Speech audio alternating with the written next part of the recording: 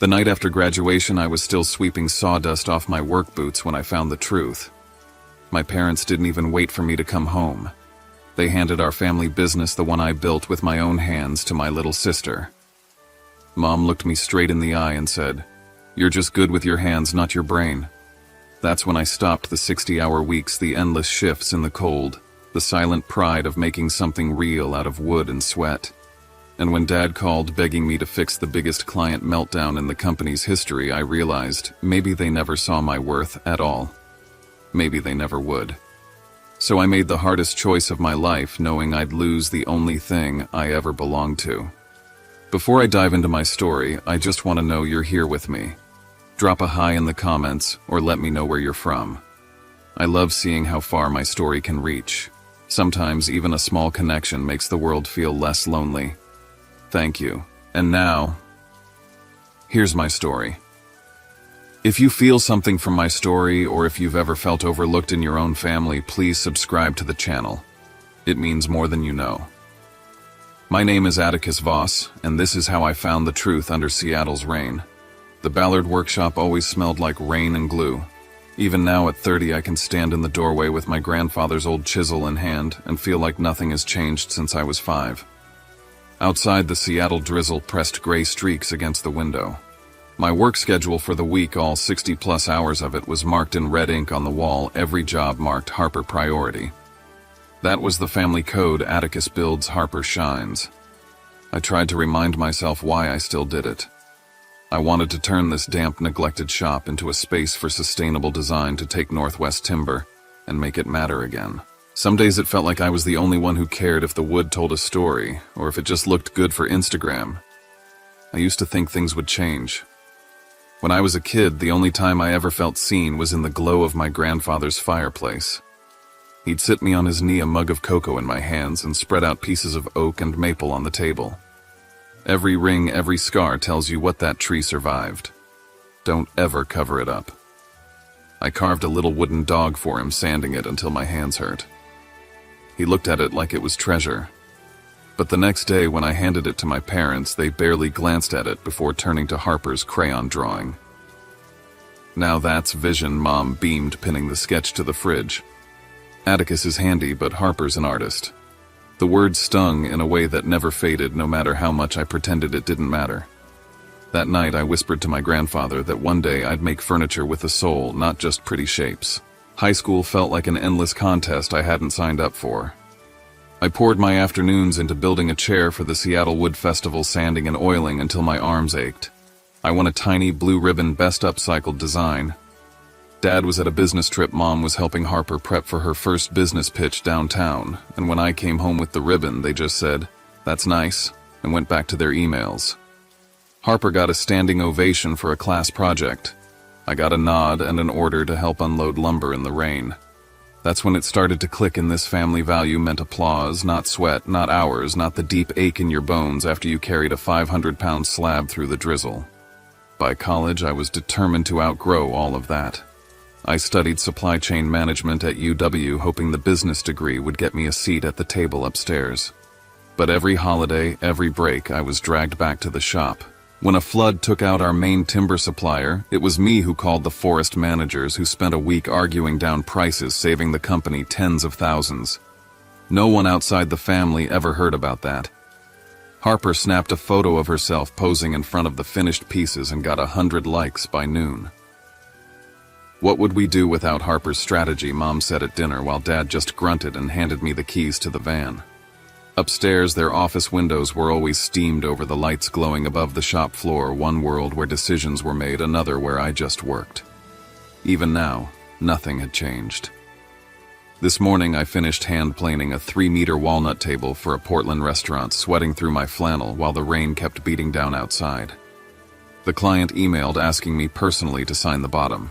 I forwarded the message to the company email. Later, I saw the reply sent from the Voss & Company team, signed Harper Brand Director. My name was nowhere. Upstairs, Dad's office door stayed shut. That office, with its polished glass overlooking Union Lake, was never mine. The desk drawer I'd never seen open. The key I never held. Finn was the only one who noticed.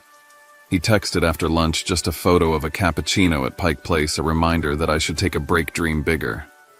Finn always said if you don't build something for yourself, you'll end up a footnote in someone else's story. I laughed it off, but sometimes I wondered if he was right. As I closed up the shop for the night, I swept under the bandsaw and my broom nudged a small tarnished key, old cold maybe dropped years ago. I picked it up, weighted in my palm, and caught myself staring at Dad's office above. What would I find in that locked drawer? Maybe the answer to why in this family I was always the hands and never the head.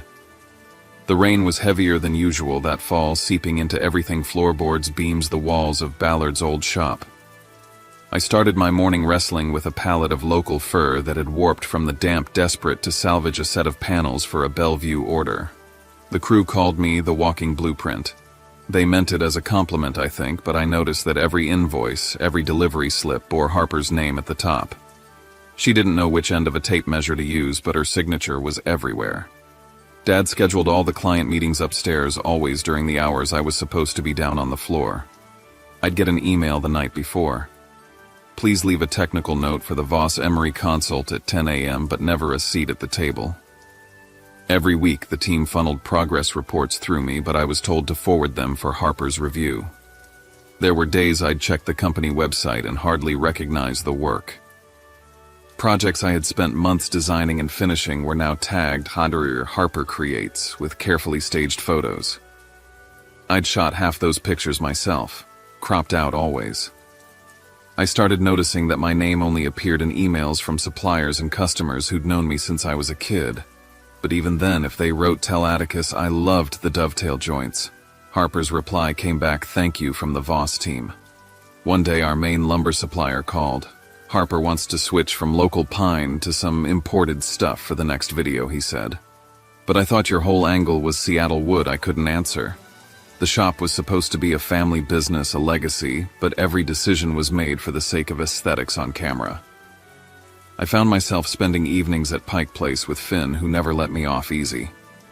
"What if you spent 60 hours a week building your own dream, not theirs?" he asked. The thought terrified me. I owed this family my name, my skills, my promise to my grandfather. I'd promised him I'd never let the story end with me. One night I stood alone in the shop, the old oak table my grandfather built glowing under flickering fluorescent lights. There was a fresh gouge across the top, a scar left by someone dragging equipment, no care, no memory. My reflection was faint in the lacquer tired eyes, rough hands, the kind of face that belonged behind the scenes. I suddenly knew I couldn't keep doing this, waiting for recognition that was never coming. I needed to know what the real plan was for me. I glanced upstairs where Dad's office light was off the desk, just visible through the haze. The old key from earlier still sat in my pocket. Tomorrow I'd find out what they were hiding, before it was too late for me to leave on my own terms. As I shut down my computer, I caught another detail. A client email addressed to me by name had been filed under Voss Team Responses. Harper's reply signed off with her own hashtag. And there on Dad's desk I noticed a folder marked SP55, in his neat handwriting, a code maybe, or just another secret. I memorized it. In a family like mine, the real answers always hid under layers of gloss and locked drawers. And I was done being the last to know. Night fell heavy over the shop, the sort of Seattle rain that seeps into your bones and blurs the world into 1,000 silent drops on glass. I found myself alone, walking circles across the sawdust-covered floor. The lights overhead flickered half the bulbs out, just enough to cast shadows that reminded me how invisible I'd become. There was a strange peace to the quiet, the humming of the machines now silent, every surface slick and cold. I couldn't shake the feeling that my place in this family had never been an accident. It was a system, a policy set in place long before I ever noticed. My hand slipped into my pocket, fingers closing around the small brass key I'd found earlier, dull and almost warm from being held so tight. I glanced up the wooden stairs to Dad's office. The door always locked the window, catching flashes of streetlight through the mist. Maybe it was foolish. Maybe I should have waited, but I took a breath and climbed those steps, each one creaking under my weight and my doubts. The rain battered the old building as if pushing me forward. I tried every drawer, the key sliding into one lock after another until I reached the bottom right. It clicked open with a resistance that made my heart pound. Inside, among half-forgotten receipts and dusty business cards, was a cream-colored file folder marked in Dad's careful hand, Succession Plan, SP55. My throat tightened. I opened it expecting maybe meeting notes or old invoices, but found instead a stack of typed pages and clipped-on contracts. There in plain print was a detailed timeline for transferring full ownership of Voss and Company to Harper on Dad's 55th birthday. My name appeared only in one section. My role was to facilitate technical transition, cease employment within 6 months, sign NDA, and non-compete for 24 months. Scrawled across the margin in Mom's handwriting, reduce dependency on Atticus. Prioritize Harper's public image. I sat back in Dad's chair, the realization colder than the rain outside. Being overlooked hadn't been some misunderstanding. It was the plan all along. I was there to serve to keep things running until Harper could take the spotlight alone. I turned the pages, stomach churning, and found something even sharper, an email printed out half-hidden in the folder sent from Elias Thorne, our biggest client, to both my dad and Harper. It read, "I work with Atticus. If he leaves, I'll reconsider the contract." In thick red pen, someone had written, "Do not CC Atticus. Wait until deal closes." My chest went tight. They'd kept this from me on purpose, not just my parents, Harper too, pretending it was all my fault I never moved up. I pulled out my phone and took photos of every page. My hands shook as notifications buzzed. Harper had posted a new story brainstorming the future of Voss tonight. Stay tuned. The pit in my stomach grew deeper. My role, my worth, was a calculated detail in someone else's story. As I placed the folder back, something small slipped out, an old micro SD card wedged between the pages. I didn't look at it yet, just pocketed it. I was too numb. A single line at the end of the document caught my eye, contingency PR plan in case of Atticus pushback. I stared at that phrase, thinking of my grandfather's words, "Real wood doesn't hide from the light." If I wanted truth, I had it now. I stood up, walked to the window, and looked out over Union Lake, the city beyond, shrouded in rain. I'd spent my whole life working 60-hour weeks to earn my place. In one night, I realized the place had never been meant for me. I watched the storm drift across the lake and wondered, if I walked away now, refusing to sign anything, what else would I lose besides this job? Would I lose my family too? There was no more room for waiting. I had all the proof I needed. The time for quiet endurance was over. I had a decision to make, one that would burn every bridge or finally let me build something for myself. I spent the day rehearsing every possible outcome. My mind played each conversation on a loop. Mom's denial, Dad's irritation, Harper's smirk. I made copies of every file, printed out Elias Thorne's email, and slipped the SD card into my pocket. I called Finn, his voice low and steady. "The only thing you have left is truth. Don't flinch." By the time I arrived at the old family house on Lake Washington, the world was already blue with dusk, the rain falling harder, wind rattling the window panes. Inside, everything looked familiar, but felt different. Mom set the table with her usual care, roast beef and potatoes, linen napkins folded just so. The dining room glowed golden, the old oak table gleaming. But there was a tension under every word, every glance. Harper breezed in, perfectly dressed, all self-assurance, not a drop of rain on her. Dad was already seated, silent, his eyes unreadable. Mom put on a bright face, but the lines at her mouth betrayed her. We made small talk about business and the weather, about Harper's latest campaign, but the food tasted of nothing. My heart thudded with each passing minute. Finally, I reached into my bag and laid the folder on the table, the label facing up. "There's something you all need to see," I said. Harper's eyes narrowed, but Dad motioned for me to go on. I watched their faces as they read the timeline, the transition plan, the clause about my departure. Mom's fork clattered to her plate as she read the words, "Atticus to be terminated after 6 months. "This isn't final," she stammered, "just a precaution in case you..." "Well, in case." Harper looked at me cold. "You know you're good at what you do. But you're not the future of this company." "I am." I always have been. I looked back at her, felt anger and sadness twisting together. You've built your image on my work. All of this, every dollar, every project, every client came from these hands. Dad scoffed, muttering something about business being business. Harper just shook her head. Pretty furniture isn't enough if no one knows about it. I reached into the folder and slid out the printed email from Elias Thorne. You want to talk about business? He's our biggest client and he's here for my work, not the branding, not the videos. If I walk, so does he. Dad said nothing, jaw set, eyes fixed on the table.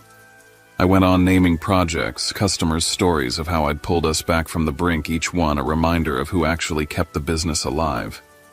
Harper tried to laugh it off, but her voice wavered. Mom's hands trembled as she reached for her glass. Why are you doing this? She asked, desperate. Because I can't do this anymore, I said. I can't work 60 unpaid hours a week just to be erased. I quit. For a moment, no one spoke. Then Mom started to cry, pleading for me to reconsider, that family should come first. Dad's voice turned sharp. No one is irreplaceable. Atticus. Harper took out her phone, recording herself with the table as her backdrop, narrating her own version of events. Sometimes you have to close one door to open another, her voice so loud it drowned out everything else. I stood, sliding the SD card deeper into my pocket, not trusting myself to say anything more. I looked at the table, the grooves from years of dinners, the place where my grandfather used to sit, and felt both lighter and more afraid than ever. I walked out into the storm rain, slapping my face, heart pounding with relief and dread. The night swallowed me, but for the first time I didn't look back. I kept walking, the proof safe in my pocket. My phone buzzed Dad's name. I ignored it, but the message blinked on the screen. Come back. Thorne's threatening to pull out if you're not here. We need you. I kept walking, the cold finally clearing my head. Maybe they needed me, but I didn't need them, not anymore. After that dinner, I didn't go home right away. I drove aimlessly through rain-soaked streets, windshield wipers, barely keeping up until I reached my apartment outside Seattle. I sat at my kitchen table with the memory card in my palm, wondering if I even wanted to know what else my family had planned. Eventually, I slid it into my laptop and opened the folders, heart thudding in my ears. At first, it was just spreadsheets and meeting notes, budgets, timelines, project schedules. But then I found a folder labeled Strategy, PR Internal, and everything changed. There were line items for social media campaigns built to boost Harper's name, detailed memos about minimizing my presence in every public post, even instructions for staff on how to refer all technical questions to Harper for visibility. I scrolled through a dozen email threads between my dad, Harper, and the marketing team. Key focus: make Harper synonymous with Voss. Position Atticus as silent technician, not public face. My face grew hot as I listened to an audio file labeled Transition Plan Meeting. I heard Dad's voice, then Harper's, talking about how they'd prepare the narrative for Harper's takeover and keep me out of press interviews. If Atticus pushes back, Dad said, just make sure he's not given a mic. Harper laughed and agreed. There was even a draft press release about my decision to pursue hands-on work outside the family brand. That line, hands-on, stabbed deeper than I expected. I couldn't believe how calculated it was, how my achievements had been systematically erased, reframed, and repackaged as Harper's. All those late nights, the weekends I gave up, the deals I saved, each one now a bullet point in a deck for her. The whole time I thought I just wasn't ambitious enough to earn a seat at the table. But the truth was, I'd never had a chance. Every step I took, they'd already planned where I'd end up, out of sight, out of mind. By the time Finn arrived at my door, the rain had turned the windows into silver sheets, the whole world outside blurred and cold. I didn't try to hide my anger. I played him the recordings, showed him the emails, read out the strategy slides with Harper's name bolded in every paragraph. He listened without interrupting, arms crossed, gaze steady. You know what this means, right? He said softly. They have nothing left to offer you except guilt. They can't hurt you anymore. The words hit harder than I expected. I felt the grief of it, the sting of wasted years, but also something lighter, like a weight had slipped off my shoulders. So what now? I asked. Finn grinned. You do what you should have done ages ago. Start for yourself. and take the people who actually value you with you. I sat up straight for the first time in days. I spent that night assembling a folder of proof screenshots, contracts, testimonials from suppliers and clients who'd thanked me by name. I wrote a list of everyone who had ever reached out to me directly: Elias Thorne, a few designers in Portland, the head of the Seattle Architects Guild, and more. I emailed each one asking for support or partnership if I left the family business. For the first time, every message came back positive. They were loyal not to the Voss brand, but to me. That realization hit almost as hard as the betrayal had. In the middle of this, an email arrived from Laura Blackwell, founder of Blackwell Custom Interiors. "Atticus, I'd love to meet for coffee this week," she wrote. "We're looking to build a sustainable design division, and your name comes up in every conversation. Are you open to talking?" I read the message twice, then 3 times, almost in disbelief. Maybe this was the universe opening a window just as every door at home slammed shut. I replied yes, suggesting Pike Place Market, where the best coffee in the city was poured, and the world always felt a little wider. The next day, my phone lit up with another call from Dad. I let it go to voicemail. The text that followed was blunt. "You need to come in. Thorne is threatening to pull the contract unless you handle the Bellevue job. You know what this means." My answer was short. "I'm not coming back." I could imagine the panic on the other end, the realization that after all their maneuvering, they couldn't replace me with a hashtag. For the first time in years, I slept soundly. There was fear in my chest, sure, but it was a clean, sharp fear, the kind that said, finally, you're on your own side. I woke to the first snow of the season, Seattle blanketed in a damp white quiet, the city slowed by cold and possibility. At Pike Place, I met Laura Blackwell in the corner booth, her coat still dotted with flakes. She cut to the chase. "We want you to head up our new sustainable woodwork division. You'll have creative control, 40% equity, and the chance to build something from scratch. The only thing I ask is you walk away from Voss & Company completely. Can you do that?" My answer came faster than I thought it would. "Yes. I'm ready." I typed my resignation as soon as I got home. The reply came quickly. My mother called, voice tight with panic. "Can we talk about this? We can offer you a share. Your father will work something out. Don't do anything rash." My hands shook, but not from fear. "It's already done," I said and hung up. For the first time, I felt unburdened. Free. I forwarded my official resignation to Harper, as well copying the entire board. There was no going back. It didn't take long for everything to fall apart. Without me, Dad and Harper couldn't keep up with the technical issues on the Olympic Peninsula project. Thorne canceled his contract, citing loss of confidence in company leadership. Word got out, and suddenly the shop floor was empty. Longtime carpenters called asking if I had a place for them at Blackwell. Suppliers withheld shipments until old invoices were paid. Harper doubled down online, posting glossy videos accusing me of sabotaging the family. "Some people just can't handle success," she said, posing in front of a wall of unfinished cabinets. But the comments under her posts changed. Former clients, craftsmen, even customers began tagging me, telling their stories of what I'd built for them, demanding the truth. Finn and I worked through long nights piecing together the framework for Blackwell's new department. The excitement was electric. Every day brought another email, another client wanting to get on the books. Within a week, our calendar was full for the next 12 months. I watched as Harper's latest campaign flopped, exposed by a former staff member for copying my designs. The viral backlash was swift. "Check Your Atticus original" trended across woodworking forums.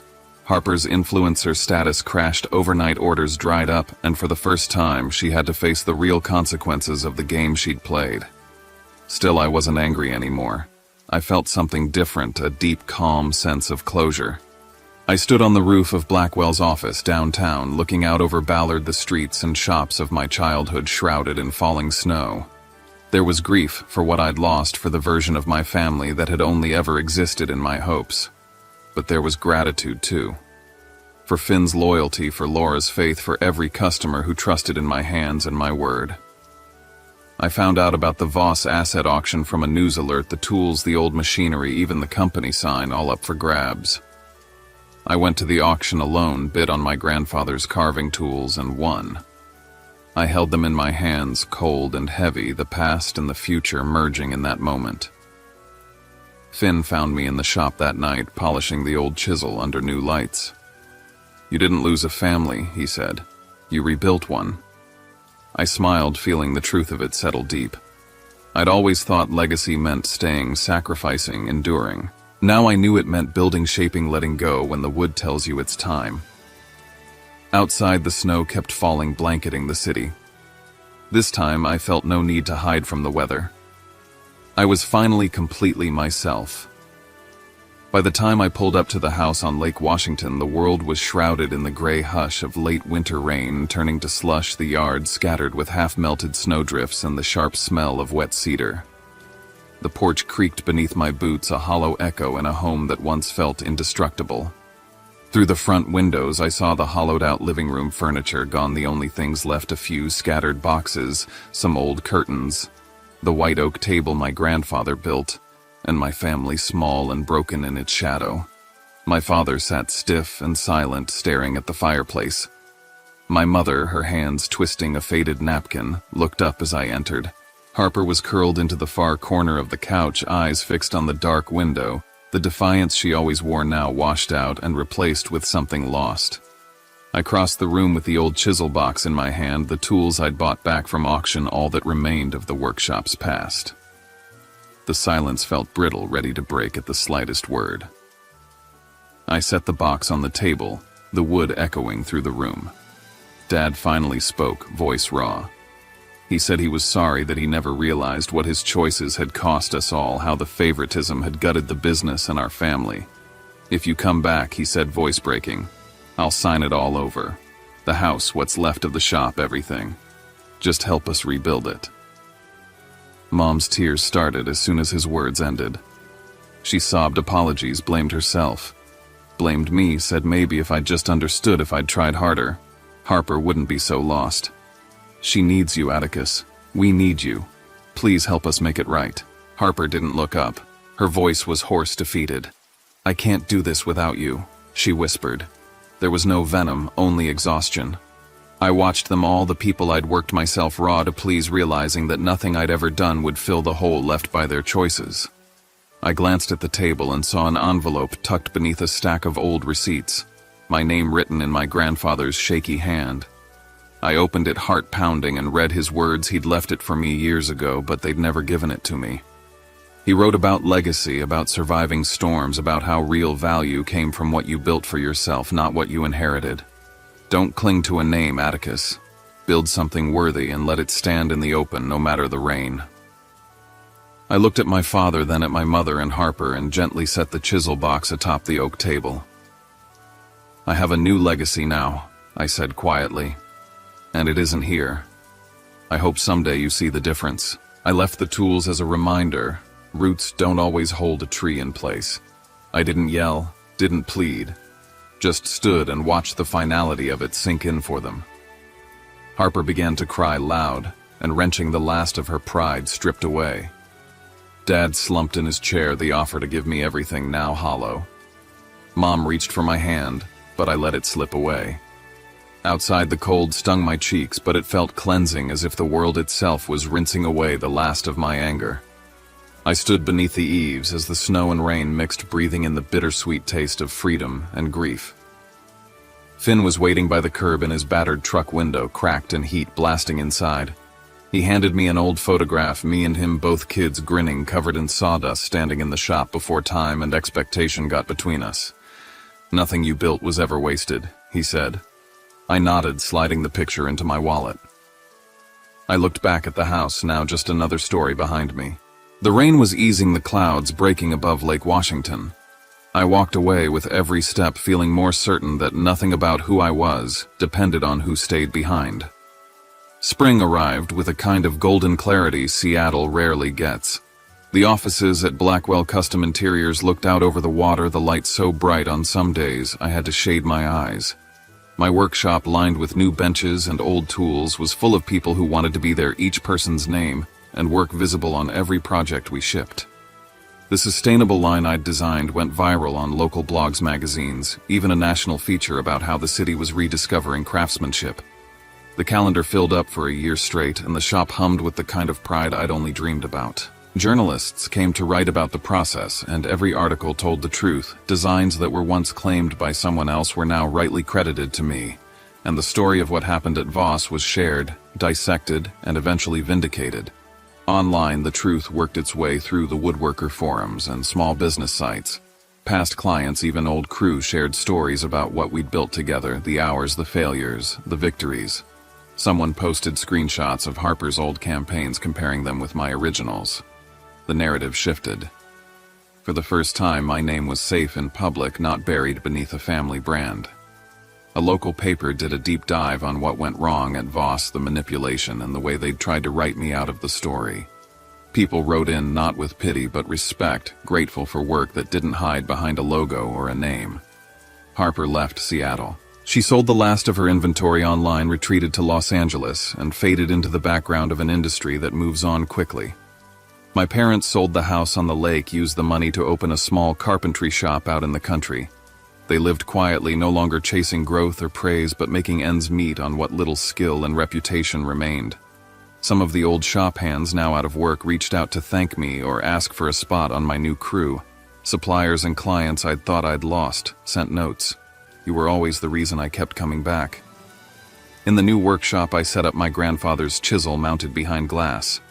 It was the first thing you saw walking in, a reminder to everyone, myself included, that the only work that matters is the kind you can sign your name to with pride. Finn and I met at Pike Place on a rare sunny afternoon, the city alive with new growth. He raised a mug in salute, repeating my grandfather's old line, "Seattle rain's just a test.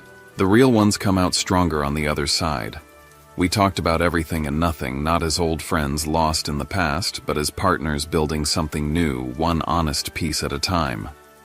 Later that night, I stood by the water looking across Puget Sound as the sunset turned the sky to molten gold. The pain of the old story was still there, but so was the strength it gave me. I thought about the people who doubted me, tried to erase me, and realized I owed them nothing. My value was never in the applause or the title, but in the hands that never stopped shaping, even when no one noticed.